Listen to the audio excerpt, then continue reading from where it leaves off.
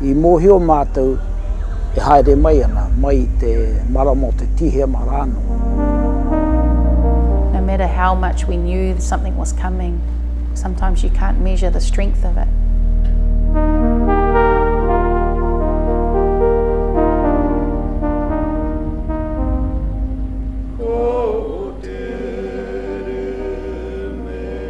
E nei momo huihuinga i te rāne, e hono atu ana rā ki ngā whānau, ngā whanaunga kei tua te puke nei.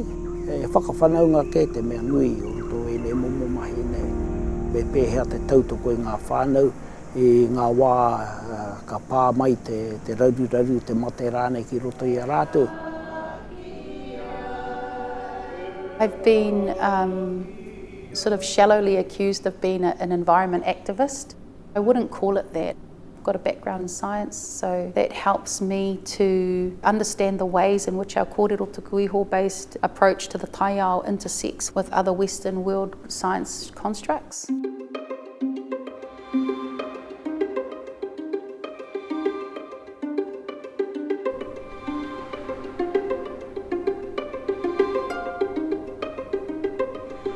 I mōhio mātou e haere mai ana, mai te marama o te tihe marano, te puawaitanga mai o te tahi pohutu kawa, ngā pohutu kawa e tirohiake ana e mātou. E ngā tau ki muri i tōna tikanga ko te pohutu kawa ka puawai mai te taha whitianga mai o te rā tuatahi.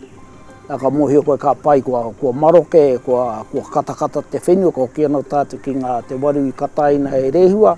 Ngari i tēnei te tihe mako hipāke nei, ka puawai mai te uru me te tonga.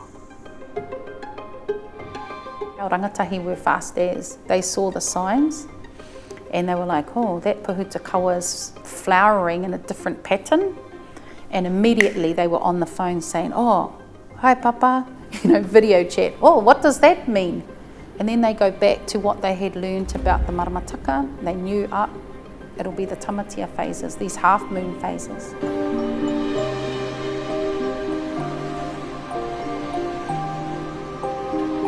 Sure enough, on the tamatia phase, when everyone else was saying, oh, it's going to be a bit wet, they were like, it's going to be more than a bit wet. And they were right. That's when all that flooding happened in Auckland. I mōhio mātou he mea rereke, hoi nāno. Ngari te nui o te rahi rāne o te patere mai o te ua, he ua te tohu mai. Ka tino rere ke ake ki ngā tau ko hipāke nei. I've been in this community my whole life, 45 years. I've never seen it like this. He rereke te āhua o te taia o te wā o mātou nei mātua, repo katoa te wāhi nei.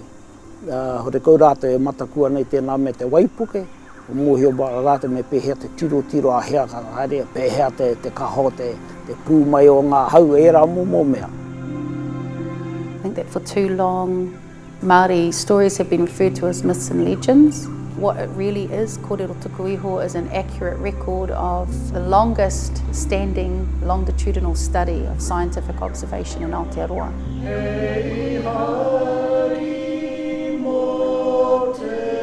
We celebrate our culture in so many diverse ways, but when we come together to share in our grief, those are the moments where an ability to be of one voice and sing a himene together, he rongoa.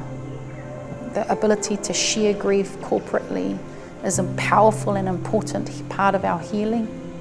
Nā ka mōhio rātou he rōpuana ke kona ka tae te haere mai te āwhina, te taha wairua, e hāua hiki rā e te mamai kei runga i ngā whānau.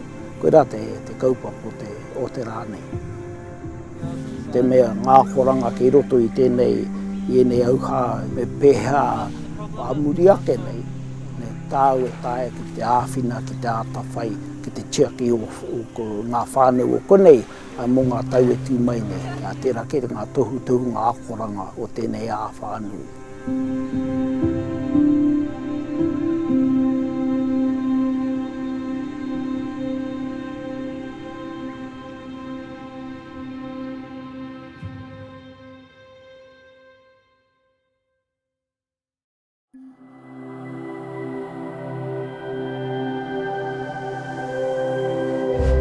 Ko te reo take.